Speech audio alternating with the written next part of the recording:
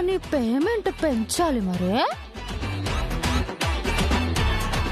నీ డిమాండ్స్ అన్నిటికీ ఓకే అనే కదా ఇక్కడికి తీసుకొచ్చాం.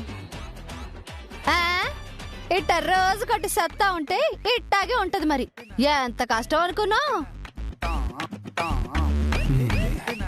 తమరు జొన్నాబొత్తుల రాజమ్మలా కాకుండా అనురాధ అనుకుంటే అన్నీ అవే సెట్ అవుతాయి.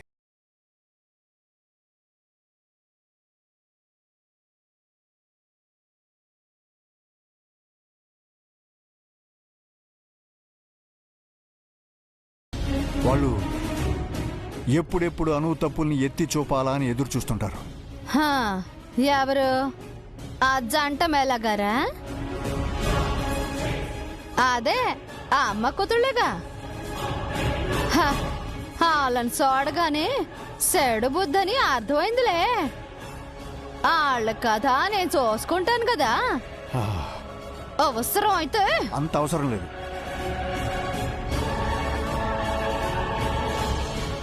వాళ్ళకి ఎలాంటి క్లూ దొరకకుండా బిహేవ్ చేస్తే చాలు. అను అంటేనే వినయం, విధేయత. తనను చూస్తేనే ఏదో తెలియని ప్రశాంతత కనిపిస్తుంది. అలా అనిపించాలి, అలానే ఉండాలి. ఇది బాగుంది. వాళ్ళకి భయపడి నా విధానం మార్చుకోవాలా?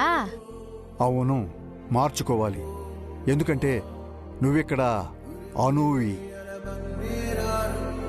జొన్నపుత్తివి, రాజమ్మవి కాదు. డీసెంట్గా ఉంటాం నేర్చుకో.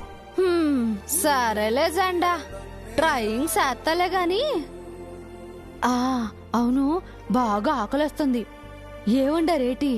కోళ్ళ, కొరమీనా? ఇవే నీచుగొట్టు మాటలంటే. చేపలు, రొయ్యలు, పెద్ద పరుగులు కాదు. కాసేపు ఆ చేపల మార్కెట్ నుంచి బయటికి రా.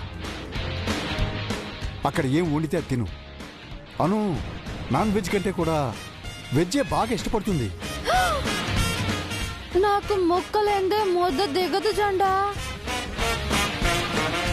వేడి వేడి అన్నంలో చేపల పులుసేసి కలిపి తింటే ఉంటుంది.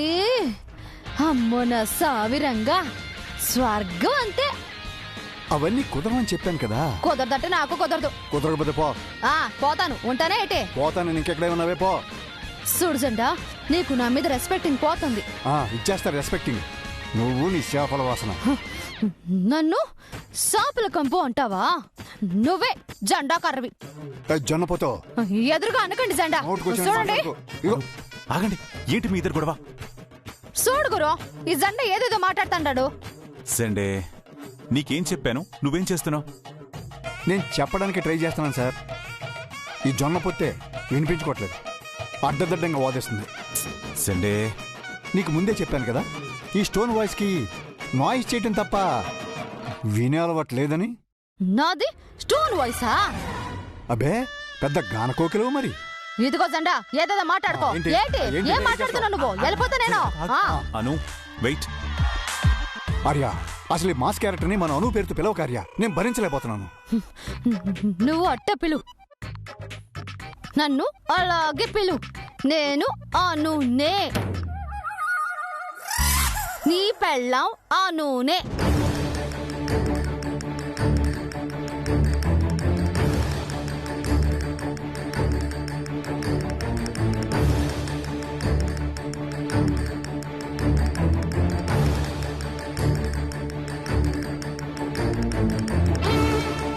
ఫిక్స్ గురు. ఏహే, నువ్వు ఫిక్స్ అయిపో చెప్తాను. ఇప్పుడు ఏం చేస్తావంట? ఏం లేదను, కాస్త అందరి ముందు సైలెంట్ గా ఉంటే చాలు. ఎవరికి అనుమానం రాకుండా ఉంటుంది కదా.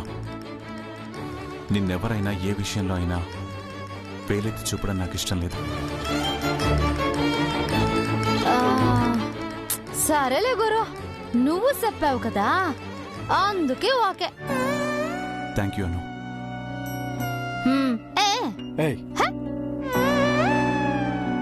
నేను నోరు నొప్పొచ్చేలా చెప్పటం, ఆ రాజు వినకపోవడం, మధ్యలో నువ్వు వచ్చి ఒక మాట చెప్పడం, ఆవిడ సరే అంటాం. మధ్యలో నేనెందుకంట? ట్రయల్ రన్నా? ఏదో నచ్చ చెప్తావని నీతో చెప్పాను. నువ్వు ఇలా గొడవ పడతావంటే అసలు చెప్పేవాడే కాదు. నేను గొడవ పడ్డానా? This is too much. చాలే రా.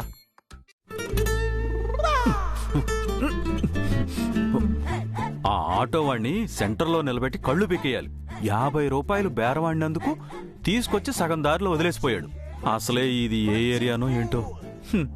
దేవుడే ఇచ్చాడు వీధి ఒకటి, ఇక ఇల్లేలా ఆటో ఏలా ఈ రఘు ఏలా.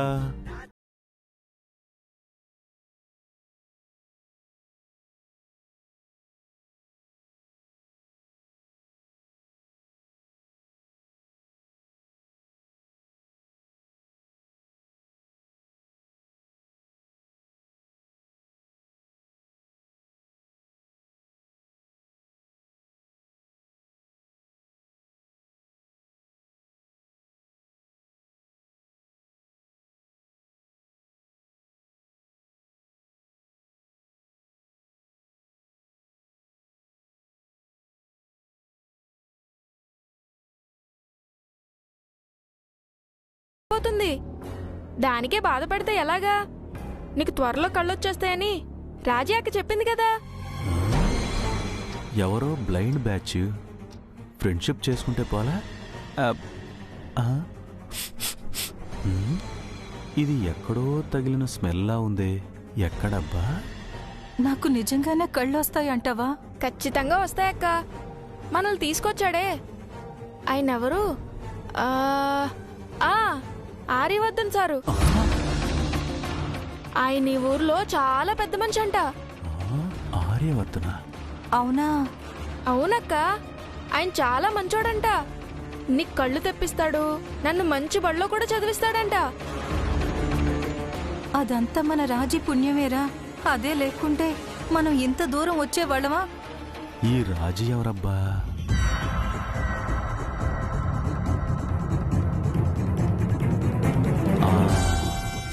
ఆ స్మెల్ ఈ స్మెల్ ఒకటేనా? కానీ నాకొక్కటే దిగులురా. మన రాజీ ఏంటి వేరే అమ్మాయిలా నటించడానికి ఒప్పుకోవడం ఏంటి? ఎటుపోయి ఎటొస్తుందోనని భయంగా ఉందిరా. ఎక్కడ మన బుచ్చిపాలెం, ఎక్కడ ఈ హైదరాబాదు? ఏం కాదులే అక్క. రాజీ అక్క ఈ పనికి ఒప్పుకున్నందుకే కదా ఆ సార్ మనకి అంత చేస్తున్నాడు. అక్క ఏం చేసినా రైటే చేస్తుంది. నువ్వేం భయపడకు. పద, వెళ్ళి భోంచేసి చేసి పడుకుందాం.